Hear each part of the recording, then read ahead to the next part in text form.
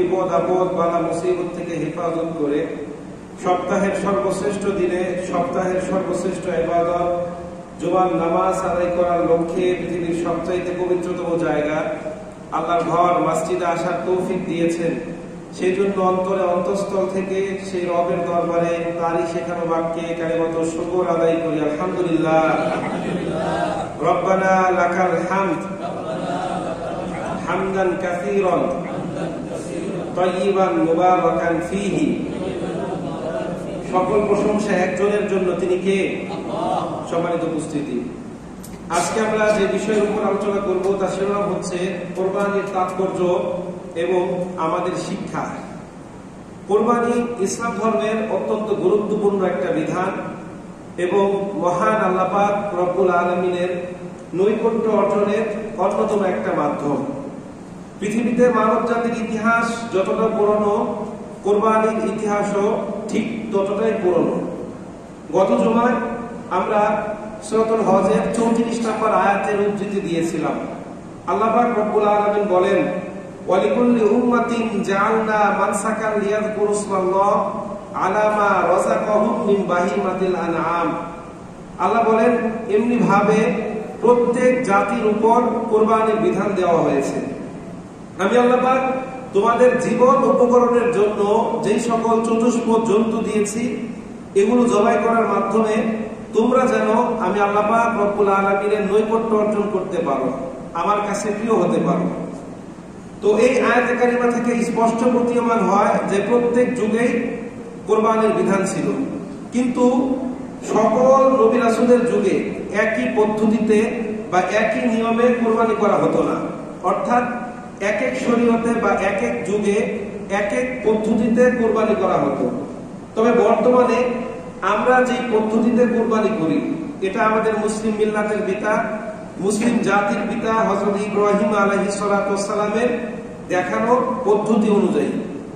গত জুমার আগের জুমায় আমরা বলেছিলাম যে সবচেয়ে বেশি ঈমানের পরীক্ষা আল্লাহ পাক রব্বুল আলামিন তার প্রিয় বান্দাদের থেকে নিয়েছেন। আর আল্লাহর প্রিয় বান্দাদের মধ্যে প্রথম সারিতে আছে কারা? আম্বিয়া কেরাম বা নবী রাসূলগণ। আল্লাহ পাক রব্বুল আলামিন সকল নবী রাসূলের থেকে ঈমানের পরীক্ষা নিয়েছে। এমন কোন নবী রাসূল নেই যার থেকে ঈমানের পরীক্ষা নেওয়া হয় না। তবে যেই সকল নবীদের থেকে সবচেয়ে বেশি ঈমানের পরীক্ষা নেওয়া হয়েছে, তাদের মধ্যে অন্যতম ছিলেন হযরত ইব্রাহিম আলাইহিস সালাতু ওয়াস সালাম। আল্লাহ পাক বিভিন্ন সময়ে বিভিন্ন ভাবে তাকে পরীক্ষা নিয়েছিলেন। বলতে গেলে তার গোটা জীবনটাই ছিল পরীক্ষায় ভরপুর। গত জুমার আগের জুমায় আমরা বলেছিলাম যে ইব্রাহিম আলাইহিস সালাতু ওয়াস সালামের জীবনের প্রথম পরীক্ষা ছিল নমরুদের সৃষ্ট অগ্নিকুণ্ডের মধ্যে নিক্ষিপ্ত হওয়া। সেখানে তিনি সফলতার সাথে কৃতিত্ব অর্জন করেছিলেন। তো ইব্রাহিম আলাইহিস সালাতু ওয়াস সালামের জীবনে দ্বিতীয় পরীক্ষা ছিল তার স্ত্রী এবং সন্তানকে নির্বাসন দেওয়া। তো ইব্রাহিম আলাইহিস সালাতু ওয়াস সালামের দীর্ঘদিন যাবত কোনো সন্তান সন্ততি হচ্ছিল না। এক পর্যায়ে তার এবং তার স্ত্রী উভয়ের সন্তান জন্মদানের যে স্বাভাবিক বয়স, এই স্বাভাবিক বয়সটা অতিক্রম হয়ে গেল। জীবনের শেষ ভাগে এসে তিনি আল্লাহ পাক রব্বুল আলামিনের কাছে একজন নেককার সন্তান প্রার্থনা করছিলেন। তিনি আল্লাহর কাছে দোয়া করলেন। আল্লাহ পাক রব্বুল আলামিন তার এই দোয়াটাকে কোরআনের মধ্যে উল্লেখ করলেন। কেন? আমাদেরকে শিক্ষা দেওয়ার জন্য। আমরা যেন সন্তান পাওয়ার ক্ষেত্রে ইব্রাহিম আলাইহিস সালাতু ওয়াস সালাম যে পদ্ধতি অবলম্বন করেছেন সেই পদ্ধতি অবলম্বন করি। আমরা যেন কোনো পীর আউলিয়ার দরবারে না যাই, কোনো খাজা বাবার দরবারে গিয়ে মান্নত না করি। সূরা সফফাতের 100 নম্বর আয়াত। দীর্ঘদিন যাবত যখন ইব্রাহিম আলাইহিস সালাতু ওয়াস সালামের কোনো সন্তান হচ্ছিল না, তিনি আল্লাহর কাছে দোয়া করলেন, রব্বি হাবলি মিনাস সালিহিন। সবাই বলেন, রব্বি হাবলি মিনাস সালিহিন। যারা বিয়ে করেছেন সন্তান হচ্ছে না, বা যারা বিয়ে করেন নাই বিয়ে করবেন, আপনারা নেককার সন্তানের জন্য এই দোয়া করবেন। আশা করা যায় যে আপনার সন্তানটাও হুবহু ইসমাঈল আলাইহিস সালাতু ওয়াস সালামের মতো না হলেও সন্তানটা অ্যাট লিস্ট খারাপ হবে না। দোয়া করবেন কার কাছে? আল্লাহর কাছে। তো এইভাবে দিন যতই পার হচ্ছিল, ইব্রাহিম আলাইহিস সালাতু ওয়াস সালামের অন্তরে সন্তানের আকাঙ্ক্ষা ততই বেড়ে যাচ্ছিল। জীবনের শেষ ভাগে এসে তিনি অতি কাকুতি মিনতি করে আল্লাহর কাছে দোয়া করতে লাগলেন। এক পর্যায়ে আল্লাহ পাক রব্বুল আলামিন তার দোয়া কবুল করলেন। কোন কোন বর্ণনায় আছে 80 বছর, কোন কোন বর্ণনায় আছে 86 বছর। বয়স যাই হোক, ডাজন্ট ম্যাটার। তো ওই বয়সে আল্লাহ পাক রব্বুল আলামিন তাকে একটা ধৈর্যশীল সন্তানের সুসংবাদ দিলেন। আল্লাহ পাক বলেন, ফাবাশশারনাহু বিগুলামিন হালিম। ইব্রাহিমকে একটা ধৈর্যশীল ও সহিষ্ণু নেককার সন্তানের সুসংবাদ দেওয়া হলো। যে বয়সে আমরা সংসারের হাল ছেড়ে কবরের হাল ধরতে চাই, অর্থাৎ দুনিয়ার মায়া ত্যাগ করে কবরের জন্য প্রস্তুতি নিতে চাই, সেই বয়সে তিনি হলেন কি? একটা ছোট্ট সন্তানের বাবা। তাহলে চিন্তা করে দেখেন, এই সন্তানের প্রতি তার ভালোবাসা কতটুকু, তিনি কতটুকু খুশি হয়েছিলেন। তো সন্তান পৃথিবীতে ভূমিষ্ঠ হওয়ার পর ইব্রাহিম আলাইহিস সালাতু ওয়াস সালাম আল্লাহর কাছে কৃতজ্ঞতা আদায় করতে ভুল করলেন না। তিনি সঙ্গে সঙ্গে আল্লাহর কাছে কৃতজ্ঞতা আদায় করলেন। সেই দোয়াটা আল্লাহ পাক রব্বুল আলামিন কোরআনের মধ্যে উল্লেখ করলেন। কেন? আমাদেরকে শিক্ষা দেওয়ার জন্য, যেন আমরা আল্লাহ পাক রব্বুল আলামিনের পক্ষ থেকে নিয়ামত প্রাপ্ত হওয়ার পর সঙ্গে সঙ্গে সেটার কৃতজ্ঞতা আদায় করি। নিয়ামতের কৃতজ্ঞতা আদায় করার সর্বনিম্ন পর্যায়ে হচ্ছে মুখে প্রশংসা করা। এই যে আমরা বলি আলহামদুলিল্লাহ, এটা হচ্ছে সর্বনিম্ন পর্যায়। নিয়ামতের সর্বোচ্চ পর্যায়ে কি? যেই নিয়ামতটা আল্লাহ পাক আপনাকে দিয়েছে সেটাকে আল্লাহর রাস্তায় উৎসর্গ করা। মানে আল্লাহ পাক আপনাকে জীবন দিয়েছে, আপনি আলহামদুলিল্লাহ বললেন, সর্বনিম্ন পর্যায়। এই জীবনটা আল্লাহর রাস্তায় দিয়ে দিলেন, এটা হচ্ছে এই জীবন নামক নিয়ামতের সর্বোচ্চ পর্যায়। যদি বলেন ঠিক কিনা? তো ইব্রাহিম আলাইহিস সালাতু ওয়াস সালাম আল্লাহর কাছে কৃতজ্ঞতা জ্ঞাপন করলেন। আলহামদুলিল্লাহিল্লাযী ওয়াহাবালি আলাল কিবারি ইসমাঈলা ওয়া ইসহাক ইন্না রাব্বী লাসামিউদ দুআ। সূরা ইব্রাহিমের 39 নম্বর আয়াত। তিনি বললেন, সকল প্রশংসা সেই রবের, যিনি আমাকে বৃদ্ধ বয়সে দুইটা পুত্র দিয়েছে, ইসমাঈল এবং ইসহাক। ইন্না রাব্বী লাসামিউদ দুআ, নিশ্চয়ই আমার রব অবশ্যই অবশ্যই তার প্রত্যেকটা বান্দার দোয়া শ্রবণ করে থাকেন। এই যে আমরা বুক দিয়ে যা বলি সব দোয়া আল্লাহ পাক শুনেন। যেটা আমাদের জন্য কল্যাণকর সেটা দেন, আর যেটা কল্যাণকর না সেটা কি করেন না? দেন না। এমন নয় যে আল্লাহ পাক আমার আপনার দোয়া শুনেন না। এই আয়াত থেকে স্পষ্ট প্রতীয়মান হয় যে আল্লাহ পাক আমাদের সকল কথাবার্তা কি করেন? পর্যবেক্ষণ করেন। তো ইব্রাহিম আলাইহিস সালাতু ওয়াস সালামের পরিবারের সদস্যদের নিয়ে তিনি সিরিয়া বলেন, প্যালেস্টাইন বলেন বসবাস করত। একই জায়গার 2-3টা নাম, এখন তো ভাগ হয়ে গিয়েছে। ঢাকা বাংলাদেশ একই জায়গায়, ঢাকা বাংলাদেশের মাঝখানে অবস্থিত, ঠিক কিনা? তো যাই হোক, সিরিয়া ফিলিস্তিন আগে সবগুলো বৃহত্তর এক জায়গা ছিল, এখন না হয় আলাদা আলাদা রাষ্ট্র হয়ে গিয়েছে। তো সেখানে বসবাস করতেন। তো আল্লাহ পাক রব্বুল আলামিন আবার তার প্রিয় বন্ধুকে পরীক্ষা করতে চাইলেন যে সন্তান পেয়ে ইব্রাহিম কি আমাকে ভুলে গেলেন কিনা, যে আমাকে বেশি ভালোবাসে নাকি সন্তানকে বেশি ভালোবাসে। এই জন্য আল্লাহ পাক রব্বুল আলামিন তাকে আদেশ করলেন তিনি যেন তার স্ত্রী এবং সন্তানকে তার কাছ থেকে দূরে সরিয়ে জনমানবহীন কোন এক মরুপ্রান্তরের মধ্যে রেখে আসে। তাফসীর ইবনে কাসির, তাফসীরে মারিফুল কোরআন, এভাবে ঘটনাটা বর্ণিত হয়েছে। তো আল্লাহর পক্ষ থেকে হুকুম পাওয়ার পর তিনি এক মুহূর্তের জন্য কালক্ষেপণ না করে স্ত্রী এবং সন্তানকে নিয়ে গেলেন, জনমানবহীন এক মরুপ্রান্তরে রেখে আসলেন, যেখানে নাই কোনো খাবার, নাই কোনো পানীয়, নাই কোনো মানুষ, নাই কোনো জীবন উপকরণের উপাদান, আছে শুধু মরুভূমি আর মরীচিকা। তিনি সেখানে তার স্ত্রী এবং সন্তানকে রেখে চলে আসলেন। পেছন থেকে হাজরা আলাইহিস সালাতু ওয়াস সালাম জিজ্ঞাসাবাদ করলেন, হে আমার প্রাণপ্রিয় স্বামী, কোন অপরাধে, কোন কারণে আপনি আমাকে এই জনমানবহীন মরুপ্রান্তরের মধ্যে রেখে যাচ্ছেন? আমার কি অন্যায়, কি অপরাধ? ইব্রাহিম আলাইহিস সালাতু ওয়াস সালাম কোনো কথা বললেন না। এভাবে একবার, দুবার, তিনবার জিজ্ঞাসাবাদ করলেন, কোনো উত্তর নাই। তিনি শুধু পিছনের দিকে ফিরে আসছেন। তো এক পর্যায়ে হাজরা আলাইহিস সালাতু ওয়াস সালামের মনে পড়লো যে আমার স্বামী তো সাধারণ কোনো মানুষ নয়, তিনি আল্লাহর নবী। তিনি অনেকগুলো পরীক্ষা দিয়েছেন, তিনি যাই করেন সব কিছু আল্লাহর ইশারায়, হয়তোবা এটাও আল্লাহর একটা আদেশ। এরপর তিনি দূর থেকে ডাক দিয়ে জিজ্ঞাসাবাদ করলেন, হে আল্লাহর নবী, এটা কি আপনার আল্লাহর ইচ্ছা, আল্লাহর পক্ষ থেকে কোনো পরীক্ষা? ইব্রাহিম আলাইহিস সালাতু ওয়াস সালাম কোনো কথা বললেন না। তাফসীরের কিতাবের মধ্যে আছে তিনি শুধুমাত্র আসমানের দিকে তাকালেন। তো হাজরা আলাইহিস সালাতু ওয়াস সালাম বুঝতে পারলেন যে হ্যাঁ, এটাও আল্লাহর পক্ষ থেকে একটা পরীক্ষা। তখন তিনি ইব্রাহিম আলাইহিস সালাতু ওয়াস সালামকে অভয় দিয়ে বললেন, হে আল্লাহর নবী, আপনি আমাদের জন্য চিন্তা করবেন না, যে আল্লাহ পাক আপনাকে আদেশ দিয়েছেন আপনার ছোট সন্তান এবং স্ত্রীকে এই জনমানবহীন মরুপ্রান্তরে রেখে আসতে, সে আল্লাহ পাক আমাকে এবং আমার সন্তানকে না খাইয়ে মারবেন না। জোরে বলেন আল্লাহু আকবার। চিন্তা করে দেখেন কত দৃঢ়, কত মজবুত, কত পাকাপোক্ত ছিল তার ঈমান। ইব্রাহিম আলাইহিস সালাম চোখের পানি ছেড়ে দিলেন, তিনি আল্লাহর কাছে দোয়া করলেন। আল্লাহ পাক তার এই দোয়াটাকেও কোরআনের মধ্যে উল্লেখ করলেন। সূরা ইব্রাহিমের 37 নম্বর আয়াত, তিনি দোয়া করলেন, রব্বানা ইন্নী আসকানতু মিন যুররিয়াতি বিওয়াদিন গায়রি যি যারইন ইনদা বাইতিকাল মুহাররম। হে আমার রব, আমার স্ত্রী এবং বংশধরদের একটা অংশকে আপনার সম্মানিত ঘরের পাশে জনমানবহীন এক মরুপ্রান্তরের মধ্যে রেখে যাচ্ছি, আপনি দয়া করে তাকে দেখে রাখবেন। এটা ছিল ইব্রাহিম আলাইহিস সালামের জীবনের দ্বিতীয় বড় পরীক্ষা। এই পরীক্ষায় তিনি উত্তীর্ণ হলেন নাকি অকৃতকার্য হলেন? এই পরীক্ষাতেও তিনি সাফল্যের সাথে কৃতিত্ব অর্জন করলেন। এরপর ইসমাইল আলাইহিস সালাম যখন একটু বড় হলো, তখন আল্লাহ পাক রব্বুল আলামিনের পক্ষ থেকে আরো একটা পরীক্ষা আসলো। কোরআনের ভাষায় আল্লাহ পাক বলেন, ফালাম্মা বালাগা মাহুস সায়া, যখন সন্তান ছোটাছুটি দৌড়াদৌড়ি করার মতো বয়সে উপনীত হলো। সাআ ইয়াসআ শব্দের অর্থ হচ্ছে দৌড়াদৌড়ি করা। আপনারা যারা হজে গিয়েছেন সাফা মারওয়া সাই করেছেন না? এই সাই শব্দের অর্থ কি? দৌড়ানো। যখন সন্তান কিছুটা ছোটাছুটি বা দৌড়ানোর মতো বয়সে উপনীত হলো, কত বছর বয়স? তাফসীরের কিতাবের মধ্যে আছে 9 থেকে 16, এক এক জায়গায় এক এক কথা বলা হয়েছে। তো ধরেন 9, 11, 16, 13 বিভিন্ন হতে পারে। তখন আল্লাহ পাক রব্বুল আলামিন ইব্রাহিম আলাইহিস সালামকে স্বপ্নে দেখালেন তিনি যেন তার সন্তানকে জবাই করে। যদিও এটা একটা স্বপ্ন, তবে ইব্রাহিম আলাইহিস সালামের স্বপ্ন আমার আপনার স্বপ্নের মতো নিছক সাধারণ কোনো স্বপ্ন ছিল না।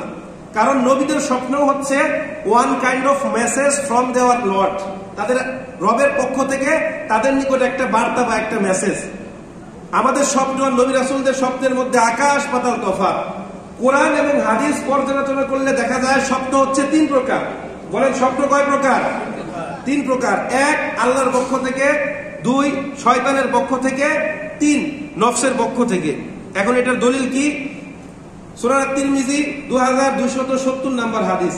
হাদিসের বর্ণনাকারী হযরত আবু হুরায়রা রাদিয়াল্লাহু তাআলা আনহু তিনি বলেন, ক্বালা রাসূলুল্লাহ সাল্লাল্লাহু আলাইহি সাল্লাম ইযা কারাবা জামান লাম তাকাদ রুয়াল মুমিনু তাকযিবু ওয়া আস্তাকুহুম রুয়া ওয়া আস্তাকুহুম হাদিসা ওয়া রুয়াল মুসলিমি জুজউম মিন 46 জুজআম মিনান নুবুওয়া ওয়া রুয়া সালাসাতুন আও কামা ক্বালা আলাইহিস সালাতু ওয়াস সালাম। রাসূল বলেন, কিয়ামতের নিকটবর্তী সময়ে মুমিন বান্দাদের অধিকাংশ স্বপ্ন বাস্তবে পরিণত হবে। কিয়ামতের নিকটবর্তী সময়ে মুমিন বান্দারা যা স্বপ্ন দেখবে তার মধ্যে অধিকাংশ স্বপ্ন কি হবে? বাস্তবে পরিণত হবে। এরপর রাসূল বলছেন, আর রুয়াল মুসলিমু জুজউম মিন 46 জুজআম মিনান নবুওয়া। মুমিন বান্দার স্বপ্ন হচ্ছে নবুয়াতের 46.5 ভাগের 1 ভাগ। অর্থাৎ নবুয়াত যতটা মর্যাদা সম্পন্ন, মুমিন বান্দার স্বপ্ন হচ্ছে তার 46.5 ভাগের 1 ভাগ। এরপর রাসূল বলছেন স্বপ্ন হচ্ছে 3 প্রকার। 1 প্রকার স্বপ্ন আসে আল্লাহর পক্ষ থেকে, অর্থাৎ আল্লাহ পাক রব্বুল আলামিন ভবিষ্যতে কি ঘটবে এমন কিছু তার যেই প্রিয় বান্দা আছে স্বপ্নের মাধ্যমে তাদেরকে জানিয়ে দেন। আরেক প্রকার স্বপ্ন হচ্ছে শয়তানের পক্ষ থেকে। মাঝে মাঝে দেখবেন যে স্বপ্নে দেখে মানুষ জামা কাপড় নষ্ট করে ফেলে বা বিভিন্ন খারাপ স্বপ্ন আসে না? এটা লজ্জার কিছু নাই, এটা শয়তানের পক্ষ থেকে।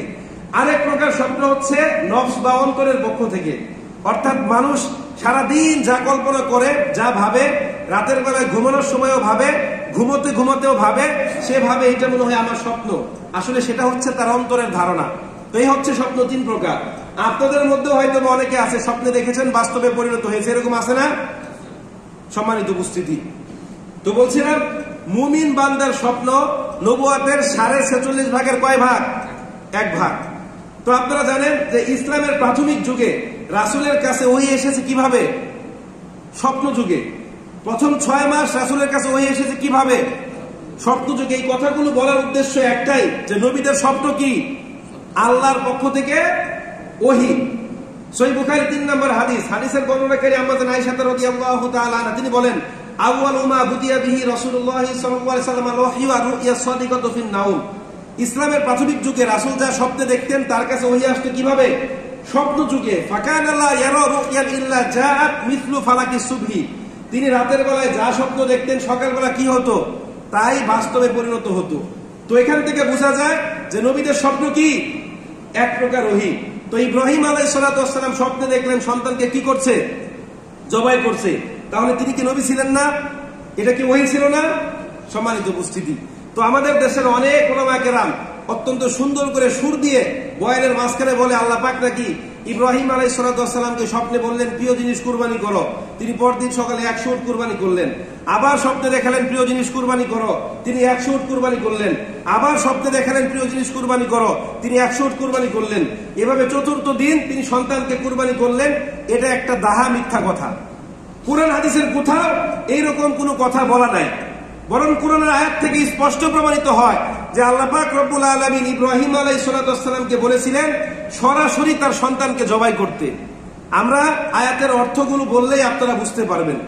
কোরআনের ভাষায় আল্লাহ পাক বলেন ফালাম্মা বালাগা মাহুস সায়া, ফালাম্মা অতঃপর যখন বালাগা পৌঁছালো মাহুস সায়া ছোটাছুটি করার মতো বয়সে, ক্বালা ইয়া বুনাইয়া ইন্নী আরা ফিল মানাম, বাবা তার সন্তানকে বলল হে আমার কলিজার টুকরা সন্তান, ইন্নী আরা ফিল মানাম, নিশ্চয়ই আমি ঘুমের মধ্যে স্বপ্ন দেখেছি আমি তোমাকে জবাই করছি। এখন বলো এই ব্যাপারে তোমার মতামত কি? ইব্রাহিম আলাইহিস সালাম ভাবলেন যে আল্লাহ যেহেতু বলেছে আমি তো জবাই করবই, সন্তান রাজি থাকলেও করব, রাজি না থাকলেও করব, কিন্তু তারপরও সন্তানকে বিষয়টা বলি, সে যদি রাজি হয় তাহলে কষ্ট তার কম হবে, আমারও কি কম হবে। তো তখন তিনি এই কথা সন্তানকে জানালেন, ইয়া বুনাইয়া ইন্নী আরা ফিল মানাম, হে আমার কলিজার টুকরা সন্তান, ইন্নী, ইন্নী শব্দের অর্থ হচ্ছে সার্টেনলি, নিশ্চয়ই আমি যাব, নিশ্চয়ই আমি যাব। দুইটার মধ্যে পার্থক্য আছে না নাই? নিশ্চয়ের মধ্যে কি হয়? তাগিদ হয়, জোর হয়। তিনি বলছেন ইন্নী আরা ফিল মানাম, নিশ্চয়ই আমি ঘুমের মধ্যে স্বপ্নে দেখেছি, আন্নী আদবাহুকা ফানজুর মাযা তারা, আন্নী নিশ্চয়ই আমি, আদবাহুকা তোমাকে জবাই করছি। কার শব্দের অর্থ কি? তুমি, মানে বাবা তার সন্তানকে বলছে আমি তোমাকে জবাই করছি। তাহলে হুজুর রাজা সুর দিয়ে বলে তিনি স্বপ্নে দেখলেন প্রিয় জিনিস কুরবানি করা, এটা কি সঠিক না ভুল? প্রিয় জিনিস কুরবানি করা এটা কি সঠিক না ভুল?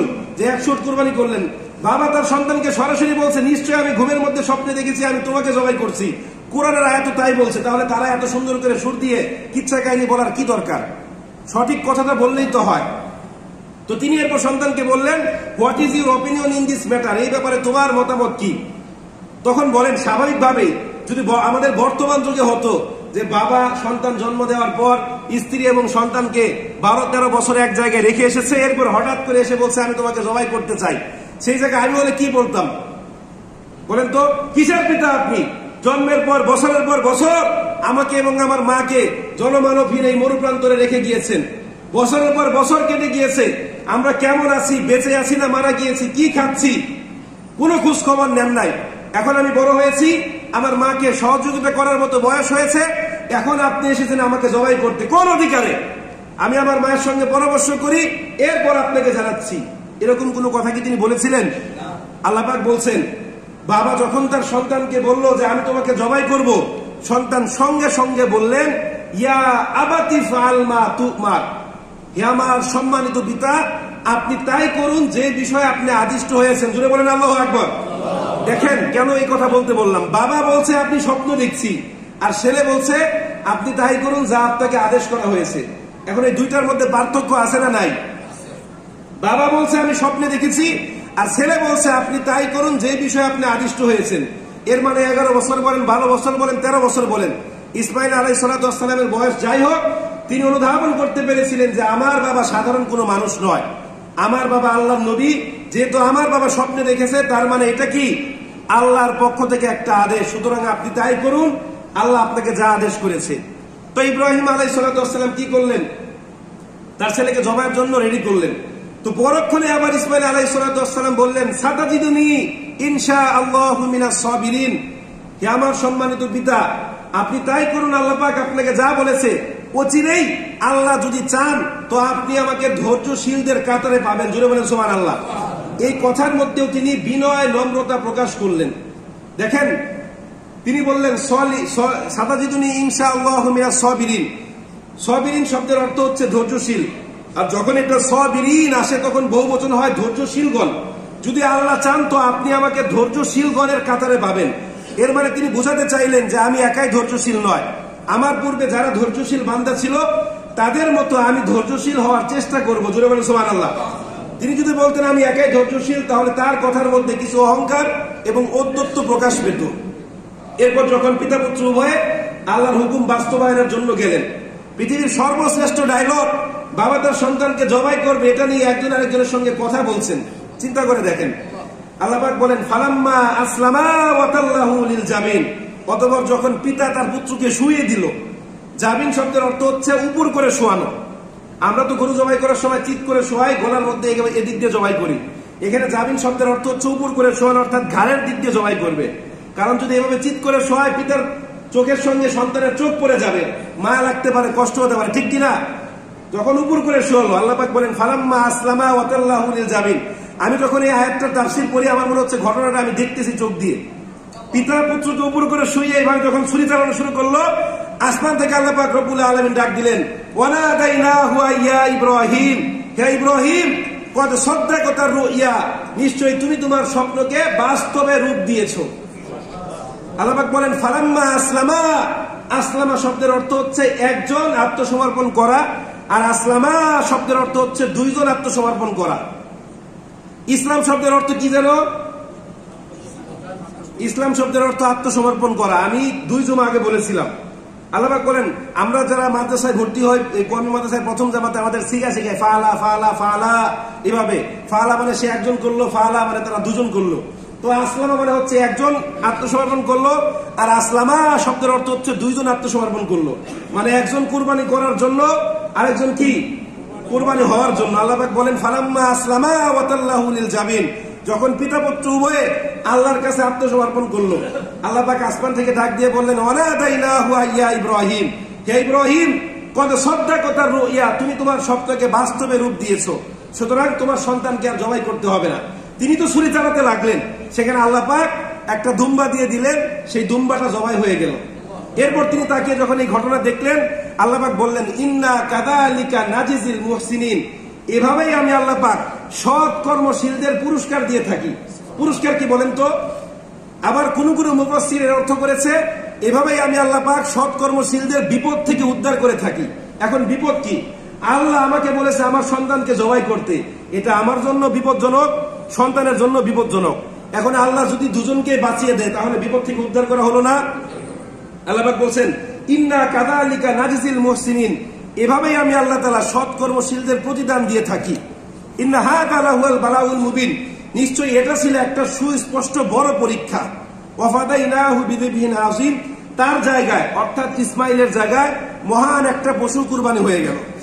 সম্মানিত উপস্থিতি, তো বলছিলাম ইব্রাহিম আলাইহিস সালাতু ওয়াস সালাম এই যে পরীক্ষা দিলেন, এই পরীক্ষায় তিনি পাস করলেন না ফেল করলেন? ইসমাইল আলাইহিস সালাতু ওয়াস সালাম পাস করলেন না ফেল করলেন? এখন 100তে যদি নাম্বার দেওয়া হয়, আপনারা কত নাম্বার দিবেন? 100তে 100। এই কথা নাম্বার আমি আপনি দেওয়ার মতো কেউ নয়, আল্লাহ পাকই বলেছেন। সূরাতুল বাকারা 124 নম্বর আয়াত, আল্লাহ পাক বলেন ওয়াইদিব তালা ইব্রাহিম রব্বুহু বিকালিমাতিন ফাআতাম্মাহুন্না, আর স্মরণ করো সেই সময়কে যখন ইব্রাহিমের রব ইব্রাহিমকে কয়েকটা বিষয় পরীক্ষা করলো, আর সে প্রত্যেকটা পরীক্ষায় সাফল্যের সাথে কৃতিত্ব অর্জন করলো। জোরে বলেন সুবহানাল্লাহ। ইতমাম, তামাম শব্দের অর্থ কি? তামাম মানে কি? সব না? এখানে আসছে ফাআতাম্মাহুন্না, মানে ইব্রাহিম প্রত্যেকটা পরীক্ষায় পূর্ণ নাম্বার পেয়ে পাস করলো। জোরে বলেন সুবহানাল্লাহ। এই কথা কে বলছেন? আল্লাহ পাক বলছেন। এখন ইব্রাহিম আলাইহিস সালাতু ওয়াস সালাম আমাদের কি হন? জাতির পিতা। জাতির পিতা যদি 100তে 100 পেয়ে থাকে, আমাদের তো কমপক্ষে 80 পাওয়া উচিত, ঠিক কিনা? 80 না পেলেও তো 50 পাওয়া উচিত। এখন আমরা যদি আমাদের পরীক্ষার নাম্বারগুলো দেওয়ার চেষ্টা করি, আমরা কি 33 পাবো? 100 জায়গায় সামনের একটা বাদ, বাকি যে 2টা শূন্য থাকে, এই 2টা শূন্য আমরা পাবো, ঠিক কিনা? আচ্ছা, এই পরীক্ষায় আমাদের ভাই ইসমাইল আলাইহিস সালাতু ওয়াস সালাম কত নাম্বার পেয়েছেন? তিনিও 100তে 100 পেয়েছেন। তিনি এক মুহূর্তের জন্য কালক্ষেপণ করেন নাই। সম্মানিত উপস্থিতি, আল্লাহ পাক রব্বুল আলামিন ইব্রাহিম আলাইহিস সালাতু ওয়াস সালামের মাধ্যমে আমাদেরকে বোঝাতে চাইলেন যে তোমাদের সবাইকে ঈমানের পরীক্ষা দিতে হবে। ঈমানের পরীক্ষায় উত্তীর্ণ হয়ে এরপর জান্নাত অর্জন করতে হবে। জান্নাত কারো মামা বাড়ির সম্পদ নয়, আগেই বলেছি। সূরাতুল আনকাবুতের 2 নম্বর আয়াত, আল্লাহ পাক বলেন আসিবান নাসু আইয়ুতরাকু আইয়াকুলু আমান্না ওয়া হুম লা ইফতানুন, মানুষ কি মনে করে আমি ঈমান এনেছি এই কথা বললেই সে পার পেয়ে যাবে? কখনোই নয়। প্রত্যেককে ঈমানের পরীক্ষা দিয়ে এই ঈমানের পরীক্ষায় উত্তীর্ণ হয়ে এরপর জান্নাত অর্জন করতে হবে। জোরে বলেন ঠিক কিনা? এই ইসলাম আমাদের কাছে এমনি এমনি আসে নাই। এই ইসলামের জন্য অনেক রক্ত ঝরেছে। দিনের উপর অবিচল থাকতে গিয়ে অনেক মানুষ তাদের মহামূল্যবান জীবন পর্যন্ত বিসর্জন দিয়েছে। আপনারা জানেন ইসলামের প্রথম খলিফা হযরত আবু বকর রাদিয়াল্লাহু তাআলা আনহুকে বিষ দিয়ে হত্যা করা হয়েছে। দ্বিতীয় খলিফা হযরত ওমর রাদিয়াল্লাহু তাআলা আনহুকে নামাজরত অবস্থায় ছুরি দিয়ে আঘাত করে হত্যা করা হয়েছে। তৃতীয় খলিফা হযরত উসমান রাদিয়াল্লাহু তাআলা আনহুকে কুরআন তেলাওয়াতরত অবস্থায় কুপিয়ে হত্যা করা হয়েছে। চতুর্থ খলিফা হযরত আলী রাদিয়াল্লাহু তাআলা আনহুকে নামাজের সময় মসজিদে যাওয়ার পথে ছুরি দিয়ে আঘাত করে হত্যা করা হয়েছে। ইমাম হাসান রাদিয়াল্লাহু তাআলা আনহুকে বিষ দিয়ে হত্যা করা হয়েছে। ইমাম হোসেন রাদিয়াল্লাহু তাআলা আনহুর রক্তে কারবালার প্রান্তর রঞ্জিত হয়েছে। আল্লাহর নবীর 52,000 সাহাবীকে যুদ্ধের ময়দানে গলা কেটে শহীদ করা হয়েছে। ইমাম আবু হানিফা রাহমাতুল্লাহি আলাইহির লাশ জেলখানা থেকে বের হয়েছে। ইমাম মালিক রাহমাতুল্লাহি আলাইহির চেহারার মধ্যে চুনকালি মেখে গাদার পিঠে বসিয়ে মদিনার অলিতে গলিতে ঘোরানো হয়েছে। ইমাম আহমদ বিন হাম্বলের পিঠের মধ্যে প্রত্যেকদিন 80টা করে ব্যথাঘাত করা হয়েছে। কেন? এই দিনের উপর অবিচল থাকার কারণে, পরিপূর্ণভাবে ইসলাম মানার কারণে। এখনো আমাদের যুগে যারা হক কথা বলে, ভালো কথা বলে, এদের উপরেও নিপীড়ন নির্যাতন হয়। বলেন ঠিক কিনা? এখন এমন একটা অবস্থা হয়েছে, হক কথা বললে মানুষ ইসলামী একটা দল আছে সেই দলের এজেন্ট বলে, আর হক কথা না বললে কেউ বলে আওয়ামী লীগের এজেন্ট, কেউ বলে বিএনপির এজেন্ট। মানে বিষয়টা যে কত খারাপ, জঘন্য। আপনি ধর্মকে ধর্মের চোখ দিয়ে দেখেন। কোরআন হাদিসে যা আছে আমি তো তাই বলছি, আমি আয়াত নাম্বার হাদিস নাম্বার সব আপনাদের সামনে বলছি। এরপর এজেন্টের তকমা দেওয়ার কারণ কি বলেন? সম্মানিত উপস্থিতি, তো একটা কথাই বোঝানোর চেষ্টা করছিলাম যে ইসলাম থুতুমুতু কোনো বিষয় নয় যে মন চাইলো যেদিকে ভালো লাগলো সেদিকে মানলাম, আর যেদিকে ভালো লাগলো না সেটা মানলাম না। না, পরিপূর্ণভাবে কি করতে হবে? ইসলাম ধর্মে দীক্ষিত হতে হবে। সম্মানিত উপস্থিতি, তো ইব্রাহিম এবং ইসমাইল আলাইহিস সালামের ঘটনা আমাদের কি শিক্ষা দেয় আমি পয়েন্ট আকারে বলছি। 1 নাম্বার শিক্ষা হচ্ছে পরিপূর্ণভাবে আল্লাহর কাছে নিজেকে সোপর্দ করা, আল্লাহর কাছে আত্মসমর্পণ করা, পরিপূর্ণভাবে ইসলামের মধ্যে প্রবেশ করা। 2 নাম্বার শিক্ষা হলো যে কোনো নেক কাজ বা ভালো কাজ একমাত্র কার জন্য করা? আল্লাহর জন্য করা।